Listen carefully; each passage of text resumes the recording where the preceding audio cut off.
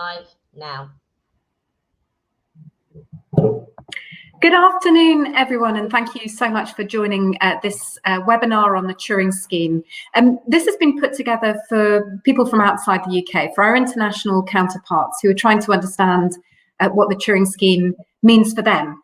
And I can see in the chat that we've got people from all over the world, which is really fantastic. I'm Vivian Stern, and I'm the Director of Universities UK International, which is a body which represents UK universities and works to support them in achieving their international ambitions, including, of course, in student exchange. We've been working very closely with our counterparts in government and in the British Council on the development of the Turing Scheme. And it's really important to us that the scheme is well understood by all of the universities right across the world who might want to exchange students with the UK. We are exceptionally pleased, therefore, to have so much interest in this scheme from attendees from many, many countries. In fact, I believe we've got over 2,000 registrations. For all of those of you who had a little bit of trouble getting into the session, I'm sorry that it was a little bit difficult, and I think there might still be people joining us over the next few minutes. Just to set a bit of context before handing on to my counterparts from Universities UK International and from the British Council, I just want to say a little word about what the scheme is and what it isn't. Now, we recognise that the Turing Scheme is not a like-for-like replacement for the Erasmus scheme. There are elements of Erasmus that are not replicated in this programme. It is intended explicitly to be a programme that encourages UK students to study abroad, and it has an emphasis on widening access, which, for those of you who know something about the UK higher education sector, and in fact UK society as a whole, is a priority for us. It does, of course, mean that there are some elements of the scheme which are don't replicate things that we could do in Erasmus, such as staff exchange and institutional partnerships. But at the heart of it is a commitment to continuing to develop and deepen international partnerships between universities and other organisations through student exchange. And of course, although the scheme is designed to fund outbound mobility, part of that is about working with counterparts in your universities to foster inbound mobility to the UK and to make sure that opportunities to spend time in our universities are open to your students. UUKi has worked very closely with the Department for Education and with the British Council on the development of the new scheme and on how we can make its first year a success, despite the fact that it has been put in place very, very rapidly. We know, though, that the Department for Education is interested in feedback on the scheme and elements that might need to be developed as the scheme develops into future years. We really want to make sure the scheme is a success, not least because by making it a success, we will create opportunities for our students and students in your institutions. So I hope you'll work with us to try and make the first year work, even though we're all doing everything in a tearing hurry. Now, I'm going to pass over to Nikita from the British Council, who's going to take you through some of the details of the scheme. And of course, my colleagues and Nikita will be on hand to answer your questions. So, Nikita, over to you. Thank you, Vivian.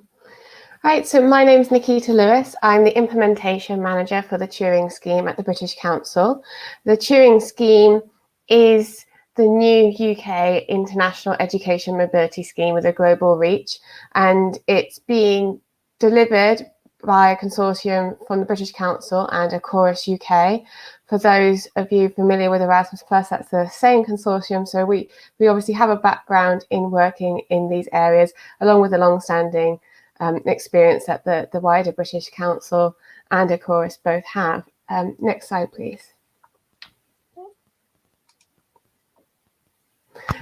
So the Turing Scheme is opening now for applications. It's open to higher education and further and vocational education and training organisations, as well as schools in the UK and British overseas territories.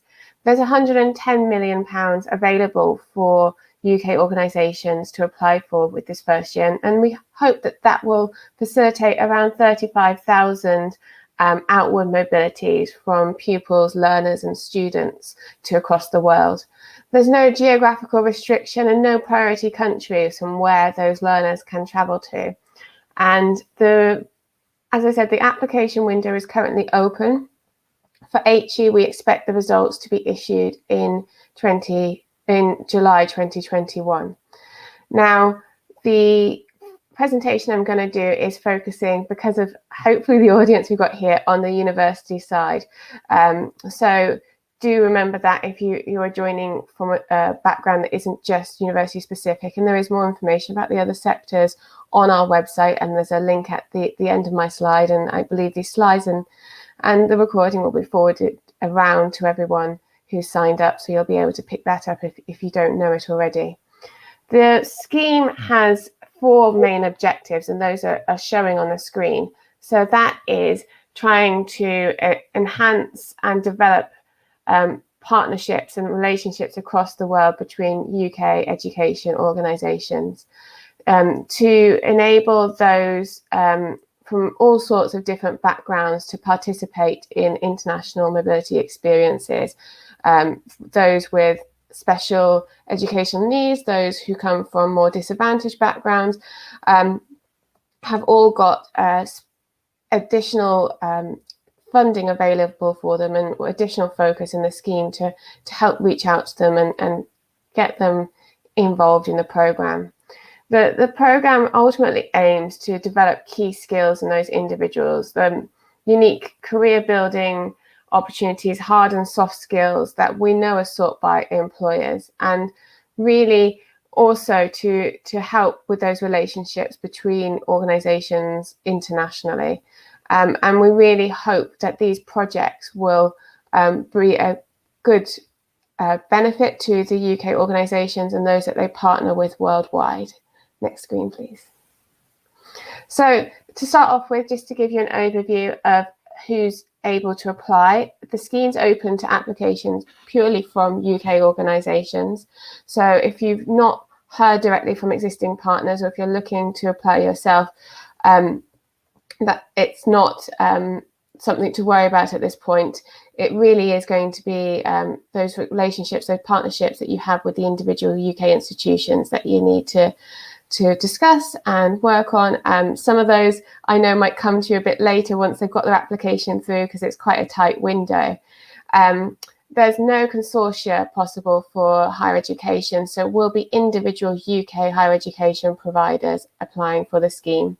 And they will be able to send their students or their graduates, if their graduates have completed their course within the last 12 months, to any country worldwide. And that is HE students and recent graduates from any recognised tertiary level qualification. So undergraduate, masters, PhD, foundation level, all of those are included.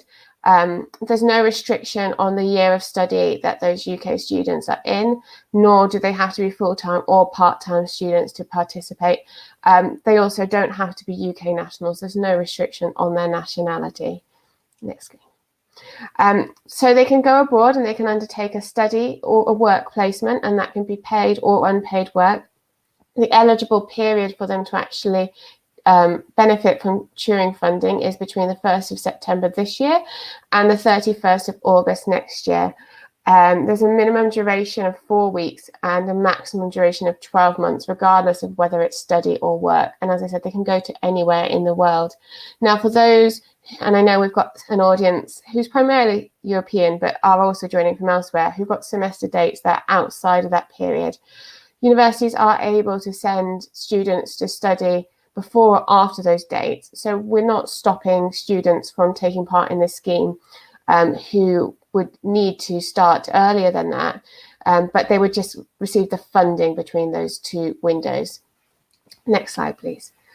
For the host organisations, so those are those overseas providers, there's a list here on the screen. So it's any non-UK higher education provider, be that a college or a university or any other HE provider, and then anyone offering activities in the labour market or in the fields of education and training. as I know a number of you picked up, there aren't any particular inter-institutional agreements for this scheme. So there's no set template for this scheme like there was in Erasmus+. It's up to the individual organisations to agree between themselves what arrangements they need to have in place in those agreements. And hopefully that flexibility lets you also fall back on existing arrangements you already have and expand them, and gives you a bit more flexibility here. There is a restriction when I say they can go anywhere on hosts, and those UK institutions cannot send their students to their own branch campuses. But for those of you who've got other partnership arrangements with UK institutions, so joint and dual degrees or validation or franchise agreements, that isn't a restriction. You are still able to participate as hosts if you wish to, and the UK organisations can send it to those partners without a problem. Next screen, please. So for the UK organisations, there is organisational support they will have for them. The students themselves will get cost of living grants, and there is a top-up available for those from disadvantaged backgrounds, so they do receive a higher amount to enable them to take part. Next screen. And also for those with disadvantaged backgrounds, they will be able to claim a travel grant. This is only available for those students. It is not available for any other type. And they will also be able to claim for additional costs incurred, such as those around passports, visa and insurance, to help them take part in the programme. Next screen, please. For those with special education needs and disabilities, the scheme also offers additional funding to help support directly those students to take part, up to 100% of their actual costs, and the higher education providers applying now are applying for a pot of funding to use for that. And what we think is a good addition to this scheme is it can also be used to cover preparatory visits for those individual participants and accompanying member of staff, to make sure that the arrangements are in place and that they can take advantage of their mobility once it officially starts. Next screen. So that's the end of my whistle-stop overview of the scheme. I hope that gives you a good understanding of what's involved and what's on offer to the UK. I'm going to pass over now to my colleague Almut, who's going to talk more about the international engagement and the work that the British Council is doing around this. Thank you so much, Nikita, and a warm welcome from me as well. I'm Almut Kaspari. I'm Higher Education Lead for the British Council EU region, and I would like to talk about the way in which we engage on Turing in the EU region, opportunities for you to engage with Turing in the countries wherever you are.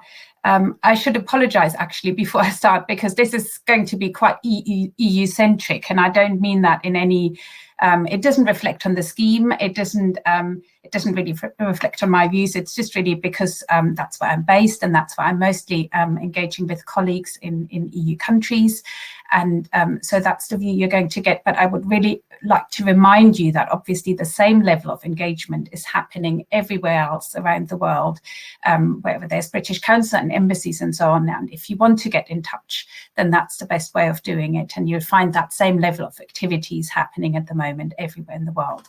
So just before I start, for you all to know, and for those who are joining us, I've seen colleagues from the United States and Canada and Mexico and Peru and all these interesting places. Please do get in touch with colleagues wherever you are.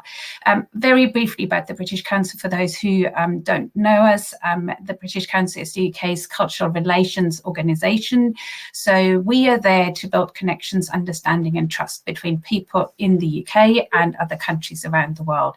We do it through arts, culture, education, and obviously the English language. Many of you might have come across the British Council through our English language teaching. We also run the Study UK campaign, which provides provides information and insights for students who are interested in studying in the UK.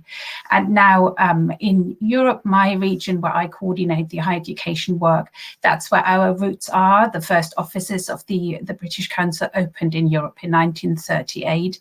And so we've seen some challenging times, and we have supported educational and cultural relations with countries of Europe ever since. We have 24 offices, and we also work remotely in the Nordics. So there's plenty of opportunity for getting in touch with my colleagues. And on to the next slide, Annette. So this is what we do in terms of engaging on Turing. We have been tasked by the UK government to work with the embassies and to work with the Department of Trade and Industry overseas to engage stakeholders on Turing. We obviously do that in close partnership with UUKi, with the Association of Commonwealth Universities, with English UK, and we have conversations where we bring together sector partners, the Ministry of Education, rectors, conferences, national funding organizations, individual universities such as yourselves. So these conversations are happening at the moment, really with the aim of making sure that we shape this new scheme together in its initial year, that we make good use of that opportunity which we have now. And on to the next slide, please. Yeah, so as it says here, I mean, this is really what we want to do. We want to introduce the scheme to you, discuss the scheme with our partners in Europe and worldwide, understand your concerns, explore the benefits together, and engage your interest to really see where you can participate, to enable institutions to support the scheme. We work with the whole of the UK higher education sector, and we represent the sector across the whole of Europe. That's really important. I think there are obviously differences, as they are in all regions, between the different countries, and we really make sure that we share information and discuss opportunities across the EU region, east, west, north, south, and don't leave anyone out in between. So we really want to make sure that all EU countries are covered, and we convene those discussions now with a view to shaping the initial year, but really to see how long term we can turn the scheme into one that's reciprocal and that really supports exchange going forward. Next slide, please. This has already come through in Nikita's presentation, but I thought it's just good to pick out the main messages which we are sharing at the moment. It might also be important or interesting for you to hear them again. I mean, it really is, the Turing Scheme is designed to support UK students enrolled at institutions, and that's regardless of nationality or citizenship. So it really is international students who'd be going outside of the UK, and it's students from all backgrounds. Nikita emphasized that the scheme really wants to support students from disadvantaged backgrounds. I think that's really important, and special educational needs. The second important point, I think, is that it really is an institution-led scheme. It is bottom-up, it's flexible, it's very adaptable. It allows you to enhance existing partnerships you have. It allows you to shape new partnerships. There's no preset template. So it really is for institutions to work out in a flexible way what works best for them, and I think that's a real strength of the scheme. There are no, as I said, restrictions around nationality, study level, mode of study, full-time or part-time, subject or destination country. It is very much demand-led. Where an institution wants to send their students, that's where they can strike a partnership and then send their students.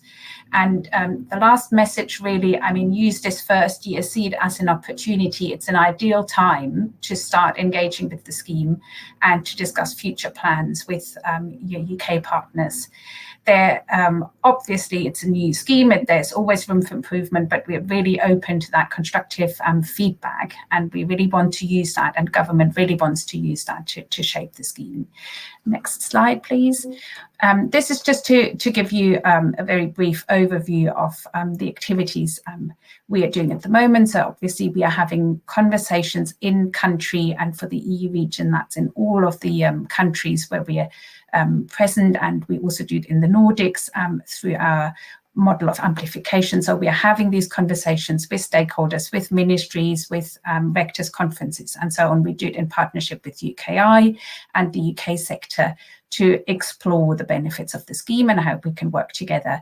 We're also developing resources which will be used in country. There's going to be Turing pages on our British Council country website, so that's always going to be a good place for you to go for information. And then we'll link back to the Turing website, because the Turing website is also going to be, we'll have a tab for international partners, so you can go there if you're interested in learning more and in understanding best practice examples and so on. That's all going to grow, and that will be an important portal for you for more information. So that's happening now, those very first conversations, and then from summer onwards, June to September, there's obviously going to be follow-on discussions and webinars where we'll probably go into more detail, and well, it will be more about finding partners and partner matching, and also collecting best practice examples from applications. And then come autumn, we would like to take stock and look at the examples we've got and see what we can learn, and review those, and then take it forward. And all of that is done, as I said earlier, in partnership with the embassies, and all of that will be similar in the countries all around the world. So wherever you are, do get in touch with British Council and Embassy, and you can find out what it is they're doing. Next slide. I thought I'd just share with you, I mean, if you're curious, I mean, this is just a sort of compilation, a mix of, you know, the first feedback we've got, positive and negative, and I thought it might just be interesting to read some of it. EU countries broadly welcome the scheme. They are glad that the scheme is in place, and that the UK will continue to send international students to EU campuses and to support internationalization at home in that way. And especially if you're thinking that it's a pool of very international students, because it's obviously not just UK nationals and citizens. Obviously, there's also the criticism that Turing only covers student mobility, outward student mobility, and therefore does not fill the gap left by Erasmus. It doesn't support academic researcher mobility. It also doesn't support any other sorts of university partnerships which are part of Erasmus. The question that's coming up, and that's why I said initially that we as British Council really reach out across the EU region. The question that's coming up is that European countries, especially smaller countries, how can they compete for the attention of UK universities against big international markets? So there might be a role here for us to play in ensuring that there's good representation from the whole spectrum of universities. There's no template. I've said this as well for those bilateral institution-to-institution agreements. Institutional collaborations are very easy to start. It's not a very, it's a very pragmatic approach, and that can be positive. But we've also had universities asking us for a template because they find it easier if they've got something to follow. So it has both.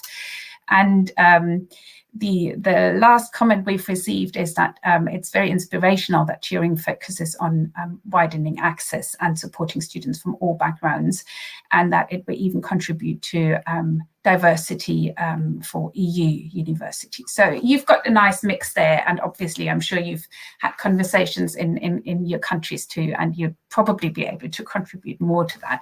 But I will leave it here, and that's my last slide, just as a reminder. The Turing website, obviously, you know, as your first point of call, and then if you go to the British Council country websites, you'll find more information or someone you can contact to inquire about Turing related activities.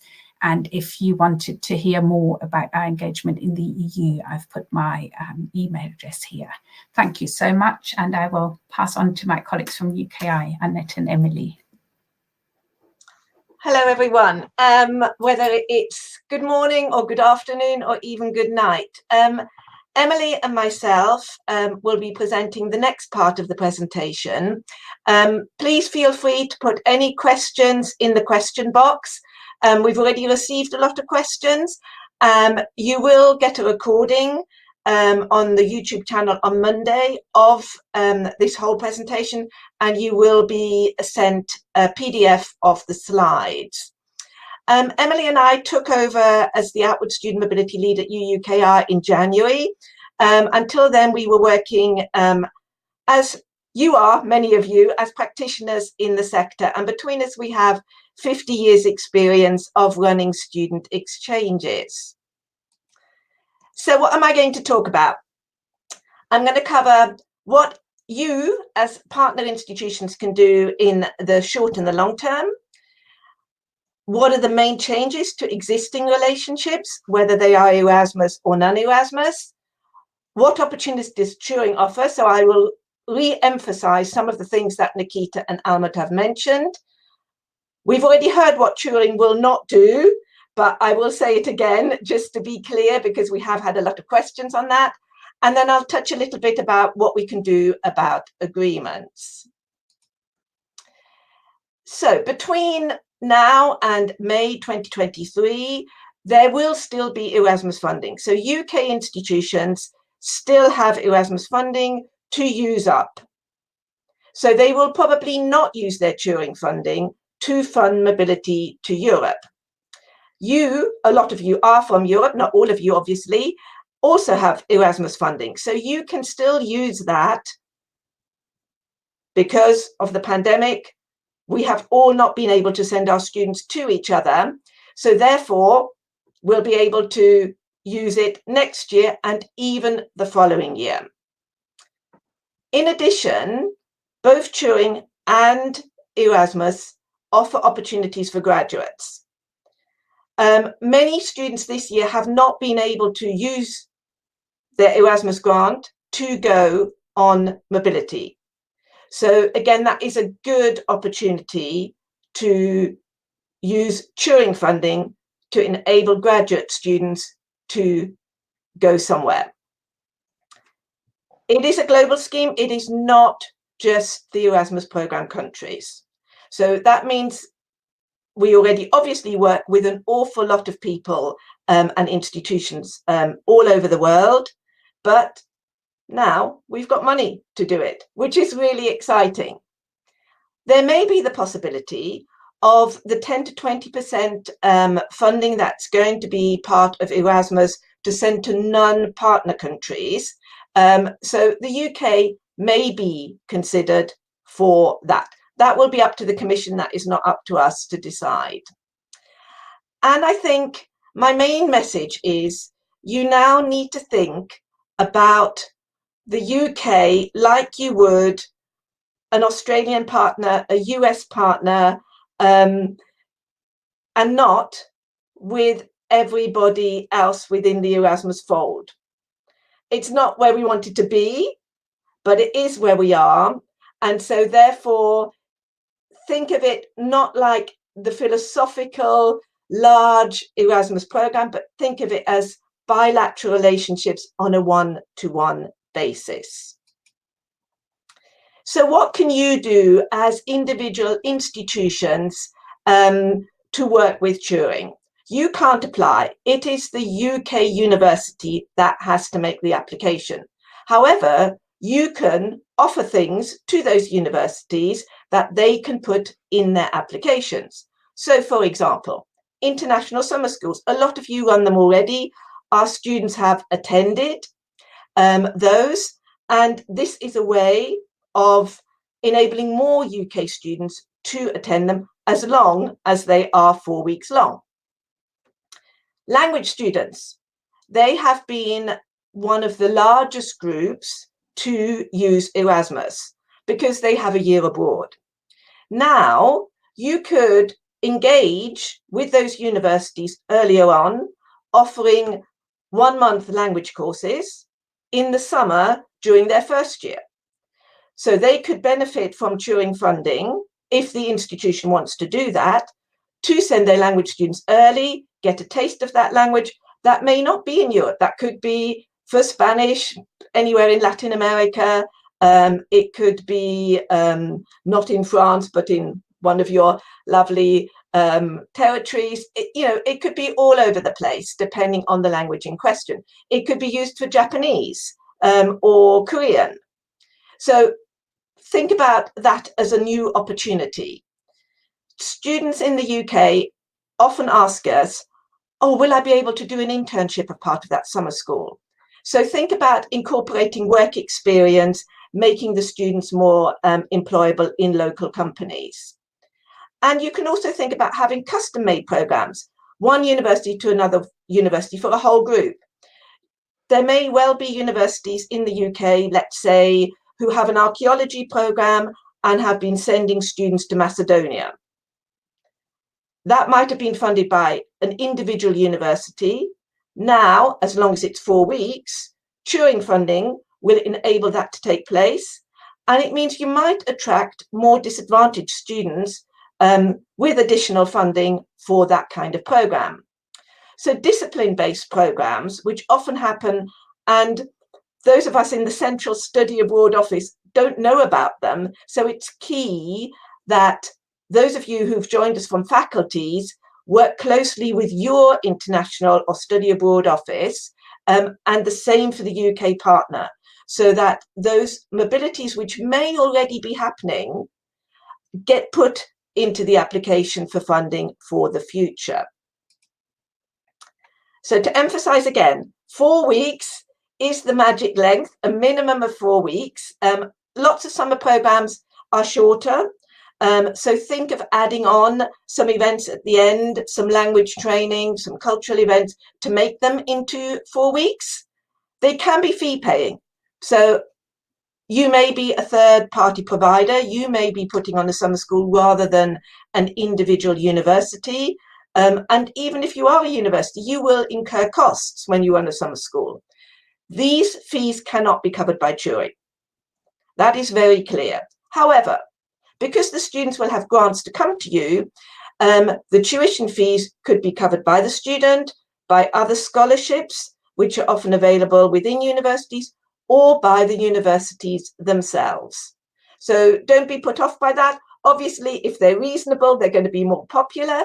And this may be an ideal opportunity for, as Almut mentioned, countries or institutions that are not as well known in the UK, for you to attract UK students where mobility on a reciprocal basis has been a problem. It is really important that the programs are structured and are of quality, because that will be one of the criteria that the assessors will be looking at in the Turing Scheme, and in particular when we're targeting disadvantaged students, because they will need that support on site. So what can you do? Communicate now with your partners. Almut said it, I will repeat it. It is key. Raise your profile with those UK universities. Let your partners know what you can offer them. Talk about fee waiver possibilities or discounts, what you can do. Link it to an exchange agreement if you already have one with that partner. So expand that discussion with existing partnerships and see how new activities can be engendered through that Turing funding. For example, undergraduate research in the summer for 4 weeks might be a really exciting way to start a bilateral relationship in a specific subject area such as biosciences. I've already mentioned the summer schools. Those are normally easy wins to achieve early on.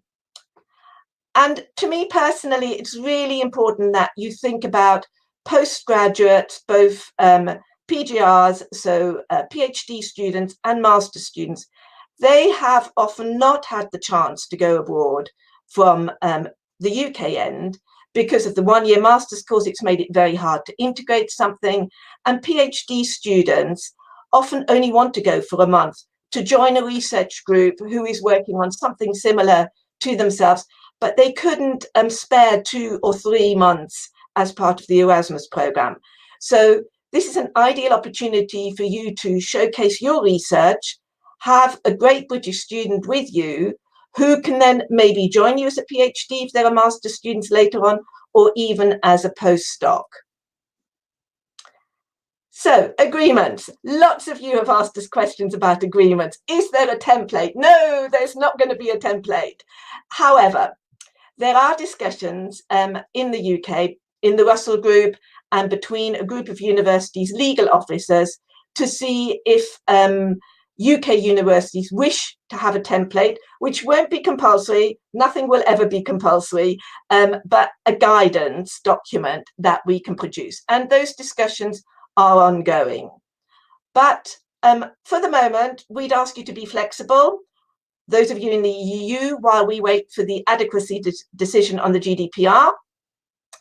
And when you're looking at your current agreements, see how they can just be extended, maybe with an annex or an addendum in the short term while we work out what might work. And if you're just going to do a summer school, do you really need an agreement? An agreement at the end of the day is what you need at the end of a development of a partnership. It's not the starting point. It is always the end product. Many academics used to come to me and say, my partner wants an agreement. And then you'd have to backtrack and say, well, what do you actually want to do? Why do you need an agreement? Most of the time, the only reason you need an agreement is because you have a tuition waiver, because you are waiving funds. For most other things, you don't actually need one.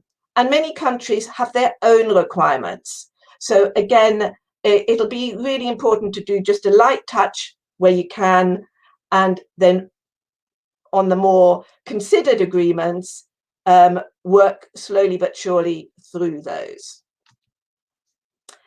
You've also asked us, will Turing fund work placements? Yes, it will.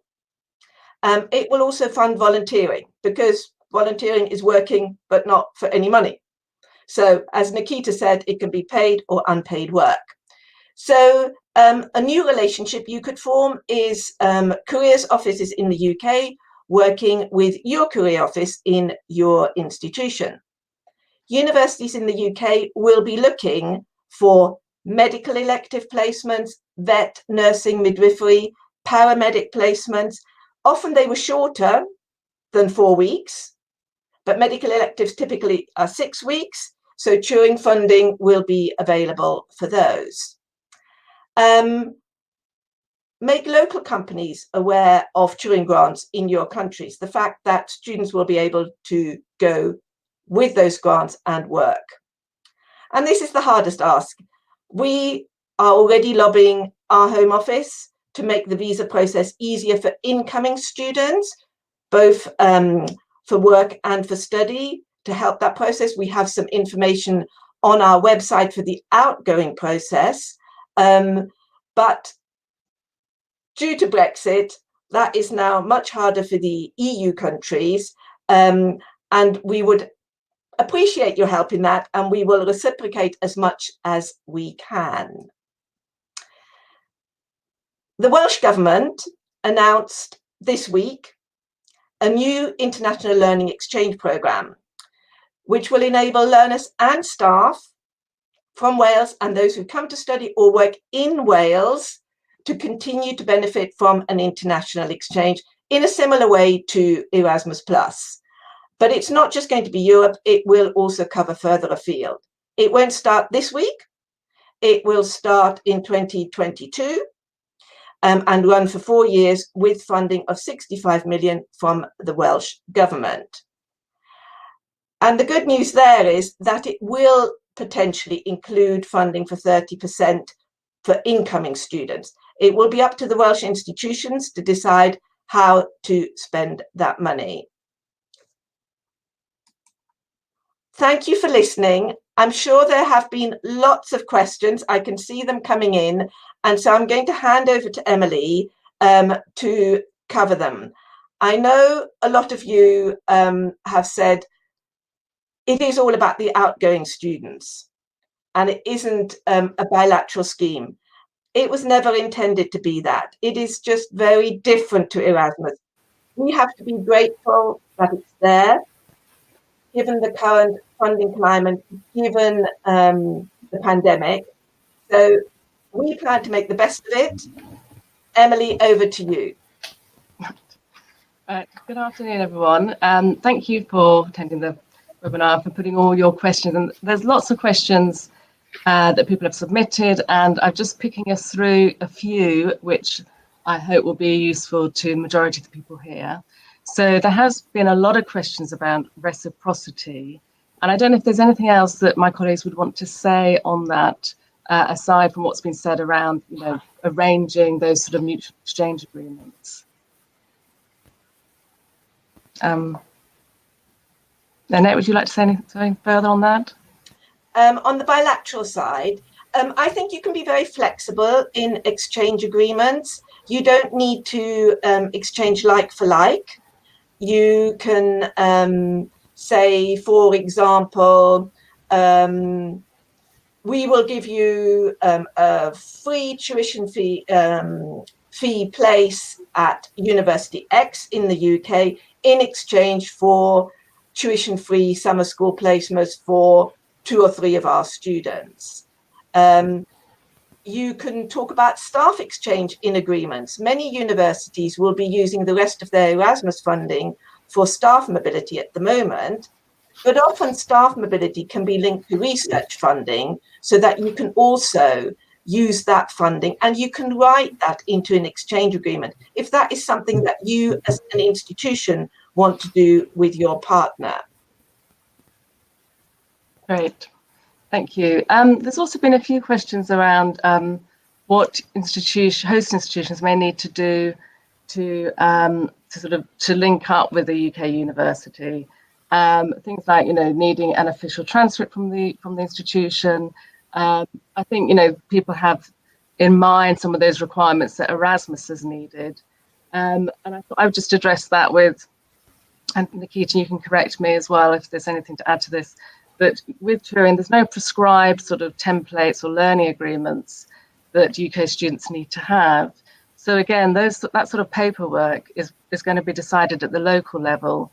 And obviously, a lot of UK universities would expect their students to have courses signed off in advance, and obviously would expect to have transcripts sent at the end of their period. So that's it's sort of similar to these sort of relationships that you're going to have with outside of Erasmus, that expectation between partner universities to provide that sort of qualitative academic rigor around a student exchange.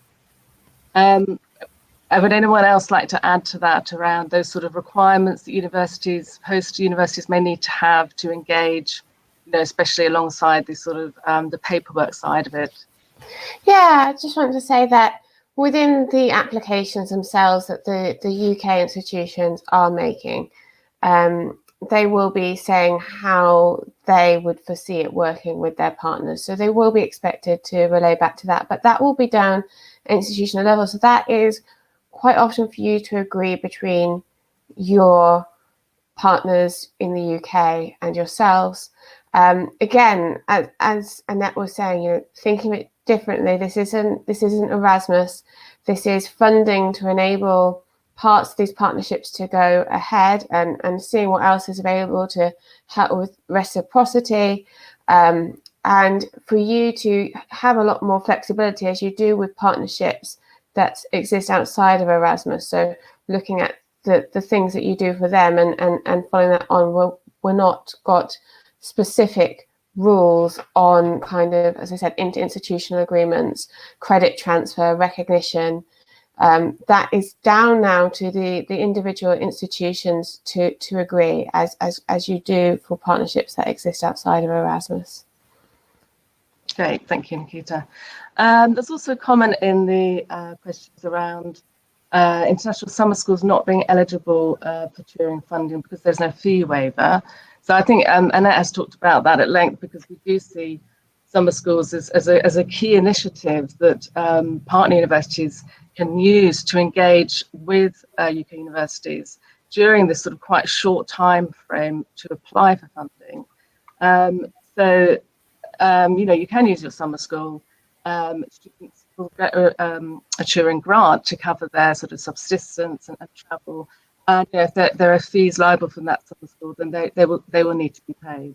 And I think, as Annette mentioned, partners should be looking at this point to advertise those sort of initiatives, those summer schools. There's sort of discipline-specific summer schools as well, which might be tucked away in some of the faculties at your universities.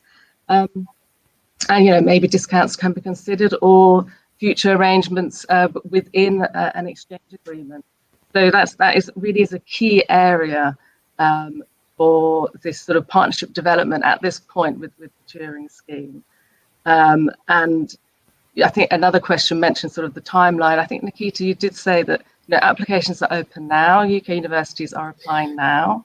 Yeah, so UK universities are applying now, but that doesn't mean that you need to have those partnerships fully formalised now with your UK partners. When the UK organisations are applying, and I know this is very UK specific, but it is an application programme open to UK organisations only. They don't have to specify. There's nowhere for them to list their partners, so they are not limited at this point to making sure that they've got all these agreements already in place with yourselves. And that's because we recognise that a lot of institutions do have existing partnerships, but we want to give them the freedom to develop new ones, and there will be time needed because this is a new scheme. So you now have the time to work with those partners that you already have, and also look at the new ones that you want to have if you want to work with them with this scheme, with hosting their students and looking at the reciprocal arrangements you can have for your students, talking about, as kind of been noted before, what fee waivers can be offered on either side as exists in Erasmus and elsewhere, and what other arrangements that will make the partnership work with you, so that you have that ability beyond the deadline date, which is in April. It's not that you are restricted to making sure your partnership's in place with the UK partners, and otherwise you won't be able to have UK students coming to you from this scheme. It is open beyond that. Great, thank you. There was a question in the chat, I think, around whether there was going to be any sort of similar webinar for schools or colleges. I guess, is there a more specific one for secondary schools? Nikita, do you know if there's anything likely around that? We are running schools and FE, further education, vocational education, college webinars. If you go onto the Turing Scheme website, you can sign up for them, but they are very much open and aimed at UK audiences, as those are the applicant organisations. But the conversations that Almut's been talking about, because this is a Universities UK primarily event, we've been very much focused, as I said at the beginning of my presentation, on the higher education side. But the work that Almut's been talking about isn't just limited by the British Council to higher education. We're working across the different sectors in that international work that we're doing, and talking to bodies and governments and trying to get that information out there across the sectors. It's just today we're focusing on higher education. Right, thank you. And so I think this is another one for you, Nikita. I noticed in the chat there was some inquiries around sort of grant rates for students. Do you have that easily to hand? The grant rates are published on our website. I'm not going to read through them. I think it's just easier for you to have a look on the website, and they are there both in the programme guide, but on the website itself. Grant rates at organisational level, and then the grant rates per student. The country groupings, I've seen that question pop up as well, are also published on our website as well as in the programme guide. So all that information is available for you to be able to find. Great. Thank you. And a further question we had around work placements. I did sort of answer that in the chat, and just maybe expand a bit on that. If students can also participate with Turing funding at universities, but also in organisations and companies. So that is across the board. It's not just HE universities, but also going into companies, organisations. I think Annette in her presentation also encouraged our partners to explore with their sort of local companies as well, if there are possibilities for UK students. I don't know if there's anything else that colleagues would like to say on that one. Only to maybe move the conversation slightly to what is in it for EU institutions, because that seems to be coming up quite a bit. So I see this not as a replacement for Erasmus, because it isn't. It is a funding scheme for a relationship. So you need to think, those of you in the EU who are used to Erasmus, as we all have been for the last 30 plus years, this is a new activity. The UK, unfortunately, is no longer part of the fold. We can't work in the same way with you. We have to work in a different way. We were always a little bit on the outside because we had such high tuition fees, which even for EU students, when they did a full degree with us, were relatively high, but they could get the loans. However, under Erasmus, tuition fees were waived on both sides, as we would do if we were exchanging with an American or an Australian university. For us in the UK, it was never any different, whether it was Erasmus or another country. And now, and this is going to be a big change for those of you in the rest of Europe, you are going to have to consider us like an American or an Australian university that has high tuition fees, because that's how we're funded. And you will need to think about your students still wanting to come to us, because we have very good universities, we offer very good programs, we offer very good student support, but we, as UK universities, in the main, will waive tuition fees, maybe not as many as we waived in the past, because again, as you know, the balance between incoming and outgoing students was 2 to 1. Twice as many students from Europe came to the UK as we sent. So there will be a balancing out, I'm sure of that, going forward. But that isn't to say we don't want to work with EU partners. And it's also not the case that we don't want your students. We definitely do. But it will be a different relationship going forward. Great. Thank you, Annette. Just going back through some of these questions, there are a few questions around sort of credit transfer and ECTS. With ECTS, I mean, again, the way that the university partnerships will work and students will transfer credit back into their degree, if that is what they are doing through the activity, then those credit sort of equivalencies are still very, very valid. I don't know if colleagues have anything else to add to that, but you know, that will still be part of those partnership arrangements which are agreed on a local level. Yeah, all of that element would be agreed on that local level, but just to note that ECTS isn't an Erasmus specific thing, it's part of the European higher education area, which the UK is still part of. So that is beyond the EU, and that is still very much part of the system that the UK continues to be an active participant in. Great. There's also a question around sort of going back to agreements, and that there's they've heard that there's possibly an agreement through the Russell Group. I think we're just going back to, you know, that universities will have their own partnership agreements, which they will be negotiating with partners. And again, I'm not sure if there's any more comment on those agreements at this point.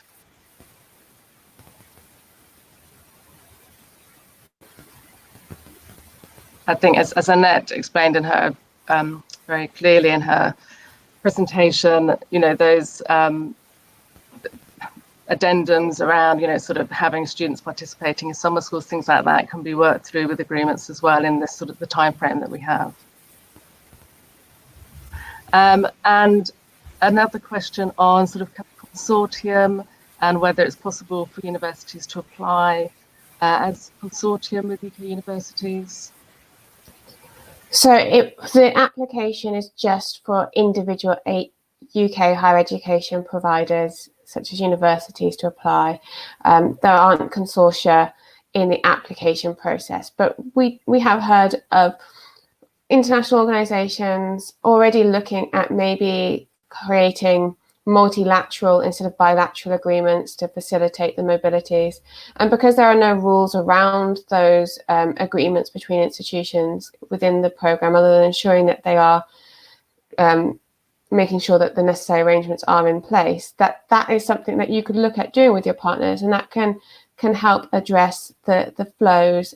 If you have a group of partners you work with commonly through other networks, you could look at maybe multilateral if that is something you wanted to do, but it wouldn't be part of the application process.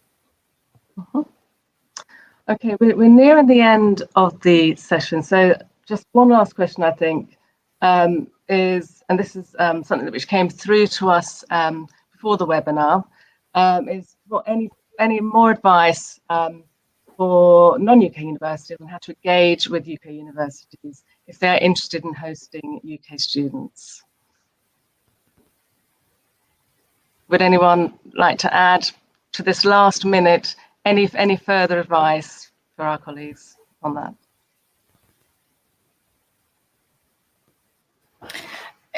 Could I come in? I mean, what we are saying when we are having conversations in country is to reach out to the universities they are partnering with already. And obviously, because as Nikita explained, it's not only until the end of the call that new partnerships can be struck. We are also very keen that you reach out and join the conversations that are happening in country, because we are planning to have more partner matching events. We can put out a call through our British Council channels, so you can also meet new partners in the UK if that's what you're interested in. So it's both ensuring that you have conversations with the partners you have already, and using the channels we have to strike new partnerships with UK universities. Right. Thank you. And I think sorry, Emily, go on. I should say we have reached our time now at 3 o'clock. So I'd like to thank all the speakers today for contributing to today's great webinar, and also to participants from all over the globe for showing your interest in Turing, and all those people who are going to be listening to the recording afterwards. As my colleague has put in the chat, colleagues will receive PDFs and sent to their email on Monday, and the recording will be available on UUKi's YouTube on Monday as well. And if you have any questions that haven't been answered today, or any further questions, please do send them to the Outward Mobility email, which I can pop into the chat again, and Annette or myself will get back to you on those. So please do send those questions in and keep talking to us about the scheme. Thank you very much, and goodbye.